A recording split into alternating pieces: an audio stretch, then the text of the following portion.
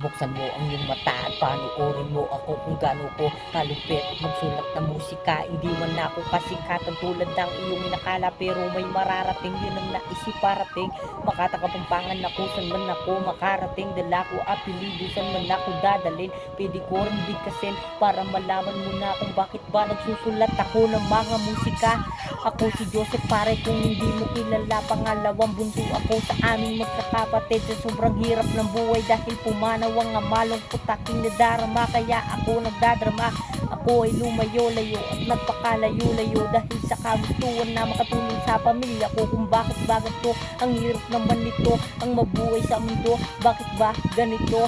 Noong bata ako, wala akong ibang angad kundi makatulong sa pamilya sa magapong magdamag. Lagi man akong puyat sa aking kakasulat ng kanta. Hindi ako titigil hanggat di ubos sa aking tinta. Hindi lahat na nagsimula ay magaling agad. Kung gusto mo ring magsulat, dapat tanda ka magpuyat. Banggain mo ang pader kahit ito ay matigas.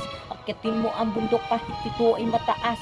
Jowisky malupit, 7 nga naman ako. Kung di mo pa akong kilala, ipagtanong mo pangalan ko. Kaya laking pasasalamat na kilala ang idolo na si Smaglasen Black na yung aking paborito to. Alam kung di mo ko pakikinggan dahil ako ay baguhan na sanay na akong tawanan lang ng karamihan. Hindi ako titigil hanggat walang nararating at mapatunayan sa inyo kung gano'n talaga ako kagaling.